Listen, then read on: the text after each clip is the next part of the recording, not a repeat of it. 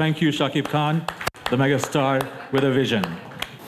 আমার জন্ম হয়েছিল যেই সালে, আমাদের মেগাস্টারের জন্ম সেই একই সালে। ওনার তুফান যেরকম তুফান সৃষ্টি করেছে সে কারণেই উনি মেগাস্টার, রাইট? সো কাজ দিয়ে কিন্তু আমরা বেঁচে থাকি। সো আমাকে এমন একটা লোভনীয় অফার দেয়া হলো যে আমি আসলে রিমার্কে ছাড়া এখন কিছু ভাবতে পারছি না। একটু তালি হবে, সাইনিং কিন্তু হচ্ছে যে মাহেন্দ্র খানের জন্য আজ আমরা সবাই মিলে এখানে একসাথে হয়েছি। আরও একটি সুপারস্টারের নাম, তিনি হচ্ছেন তাহসান খান। আই বিলিভ তার অপেক্ষায় আমরা আছি। So please give a big round of applause for this memorable event and really নতুন কিছুর একটা সূচনা হতে যাচ্ছে। সো ওয়াও, মেগাস্টার শাকিব খানকে অসংখ্য ধন্যবাদ এরকম একটা ওয়ার্ম ওয়েলকামের জন্য।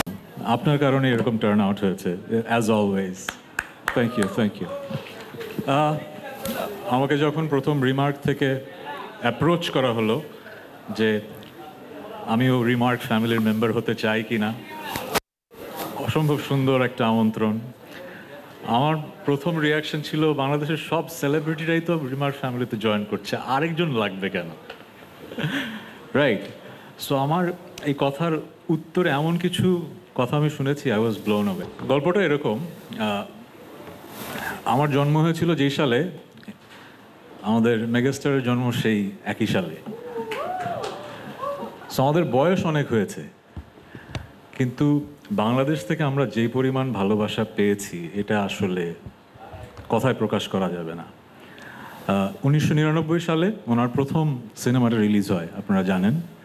আমারও প্রথম ব্যান্ড ব্ল্যাকের আত্মপ্রকাশ 1999 সালেই।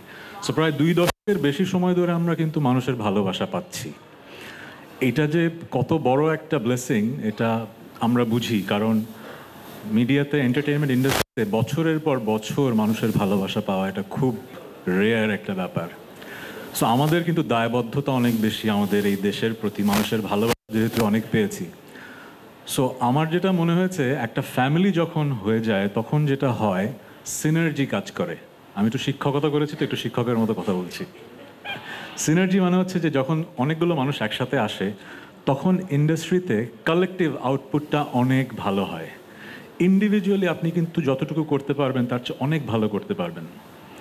সো আমাকে এমন একটা লোভনীয় অফার দেয়া হলো যে আমি আসলে রিমার্কে ছাড়া এখন কিছু ভাবতে পারছি না। এটা কোনো অর্থনৈতিক অফার না, এতটুকু আমি আপনাকে বলে দিতে পারি। যেটা হয় কি, মানুষ বেঁচে থাকতে চায় কিভাবে? তার কাজ দিয়ে।